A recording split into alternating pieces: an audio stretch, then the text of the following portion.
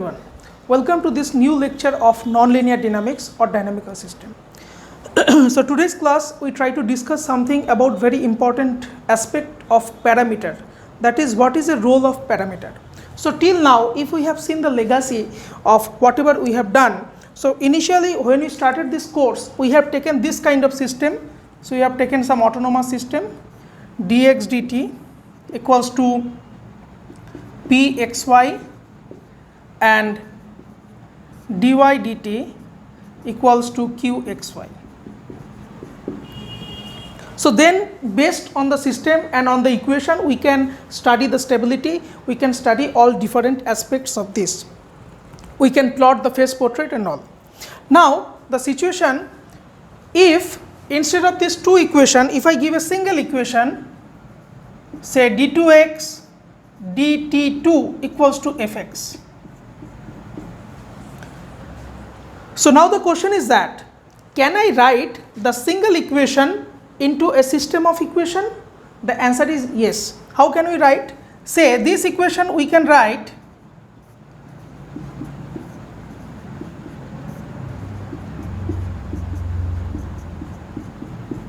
okay.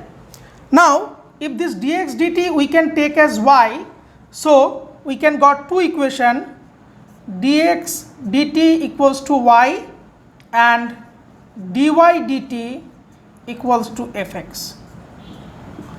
So now we have got two equation of this type. So here pxy is y and qxy is fx. So this is very important aspect of this conversion of a single equation into a system of equation. Now if I want to find the equilibrium point, so what will be the equilibrium point here? So if I want to find equilibrium point here, in this case the equilibrium point will be y equals to 0 and the solution of fx, say x equals to xc. So the equilibrium point will be of this form xc comma 0. Okay. So now that much is okay. Now what I want to emphasize on this lecture is that what will happen if some parameter is also there and the nature of the equilibrium point will be depending on the parameter. So this aspect is very important. So now let us go and try to see what is the role of parameter. So if I write the equation d2x dt2 equals to f of x comma lambda, where lambda is the parameter. So that means in the right hand side of the previously mentioned equation we incorporate another parameter which is called lambda. Now again what we have to do, we have to write this in a system of equation, so we can apply the same procedure. So this can be written ddt of dx, so this will be t actually, dx dt equals to f of x comma lambda. So now dx dt if I assume as y, so this will become dy dt equals to f of x lambda and dx dt equals to y. So now we have got something which is very much similar to the previous one. Okay. Now what will be the equilibrium point? So if I want to study the equilibrium point, so if I give, this is system number 1. So if I want to study the equilibrium point,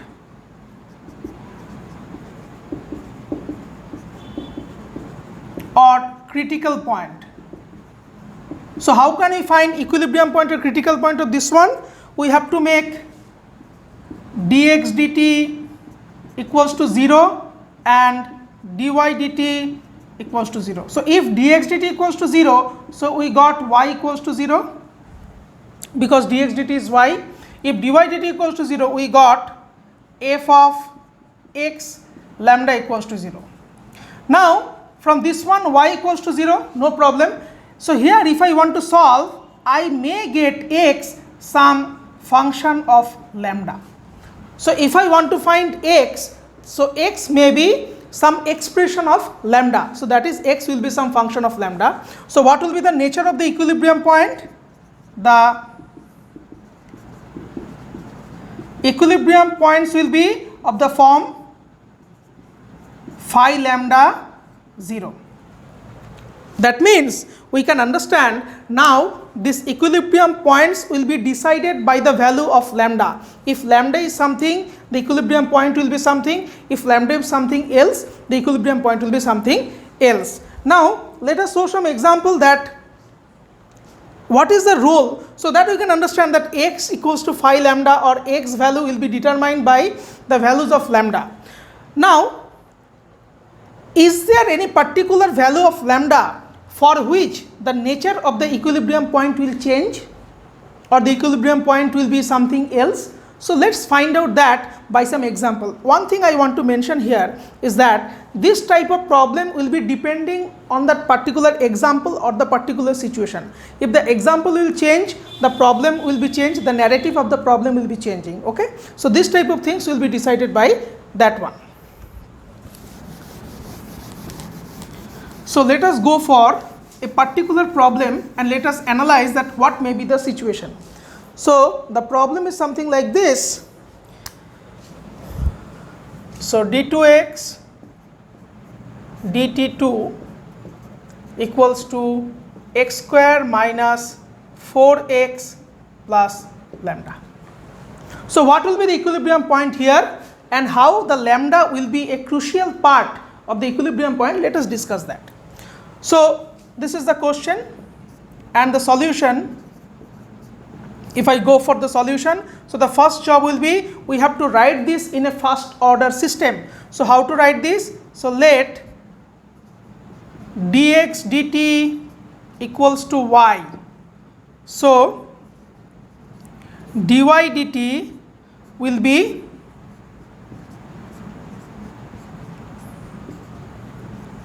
so this is the first job, that is we break the second order system into the second order equation into a system of first order equation. Now if I want to go for equilibrium point,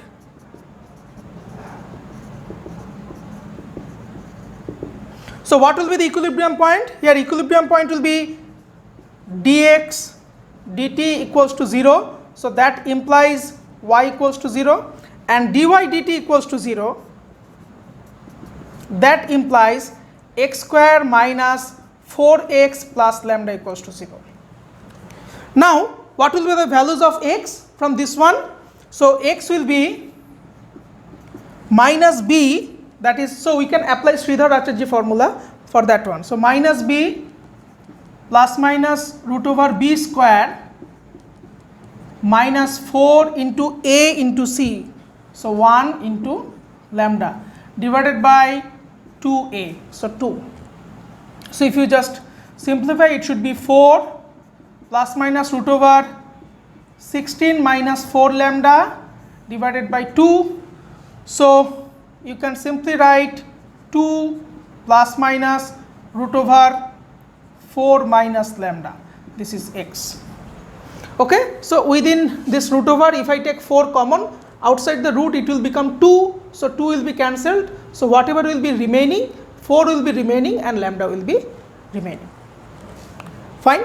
So now you see the equilibrium points will be x equals to 2 plus root over 4 minus lambda 0. This will be one equilibrium point. So let us call it E1, and E2 will be 2 minus root over 4 minus lambda 0.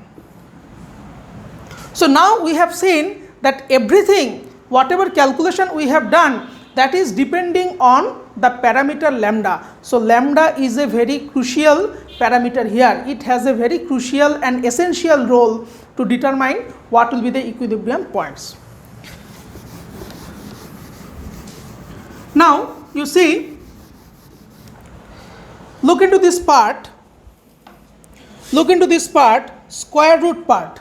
Okay, so we can understand, so lambda 4 minus lambda. So if I take 4 minus lambda, so lambda may be equals to 4, lambda may be less than 4, lambda may be greater than 4. So 3 cases will be there. You understand? Because it is square root, so the root over matters. If it is negative, it will be something else. So we can understand that the 4 value for lambda is very crucial. So we'll be checking for 4. So case 1. So what will be case 1? If lambda less than 4. So if lambda less than 4, then what will be 4 minus lambda? It will be greater than 0. So this part will be greater than 0. So the square root will be also positive. Okay, this part. So E1 will be 2 plus this part will be some real. Okay, and E2 will be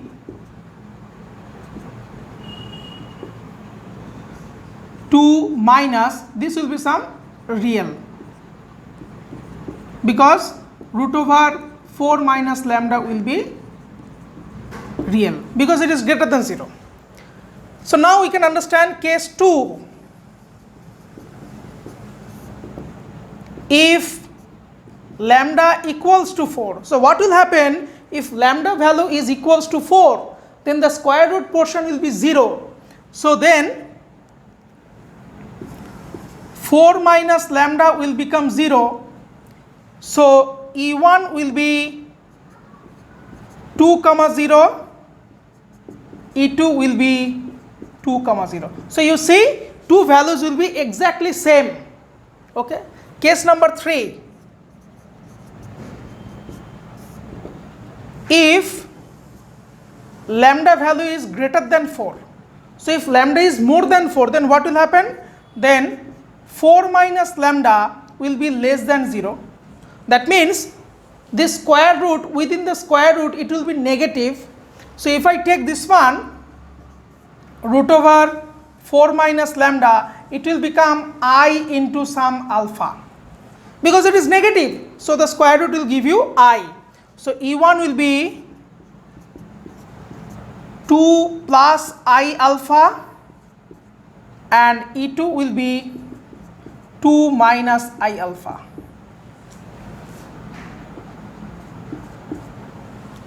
So now you see, we have discussed 3 cases. So case 1, when it is less than 4, then both the roots are real. Okay, and we will get real and distinct root, because this is real, so real and distinct root. So when it equals to 4, then we have got 2 exactly same root. If it is greater than 4, then we have got 2 complex conjugate root. So if I simply try to explain that by this, say this is lambda equals to 4, this is lambda less than 4, this is lambda greater than 4. So when equals to 4, we have got 2 equal roots. When lambda less than 4, we have got 2 real and distinct. When lambda greater than 4, we got 2 complex conjugate. So these 3 parts.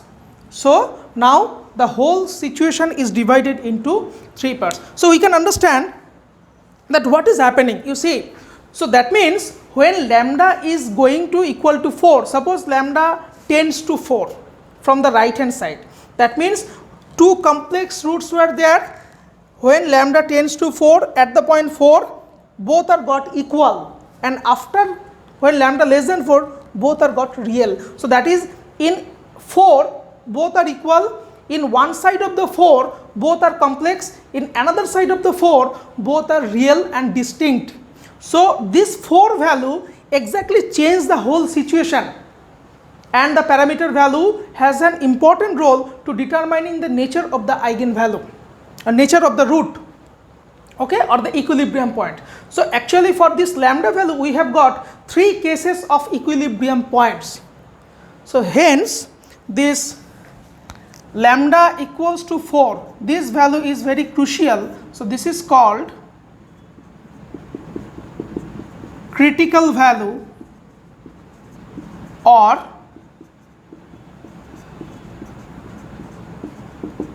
bifurcation value. Okay, so that's all for this class. So what we have discussed, we try to discuss that when in equation some parameter will be present, the role of the parameter is not at all negligible and it is very, very important. So what we have done, simply we try to calculate using one problem that, okay, let us see what is the practical impact, and we have seen that in this problem for lambda equals to 4, it become the critical value or the bifurcation value. So it is like a border. In one side the situation is something else, in another side the situation is something else, at that point the situation is something else. So this parameter or this equation is parameter dependent equation, and when some parameter will be there, that is called the critical or bifurcation situation for the system. So this lambda equals to 4 is called critical value or bifurcation value. Those who are doing research in mathematical modeling or something, this bifurcation will be one very important aspect. Okay, so this is some small idea. Later on we can give some elaborate lecture on bifurcation also, but hope you like it. Please like, share and subscribe the channel, and for any query feel free to write me anytime. Thank you so much.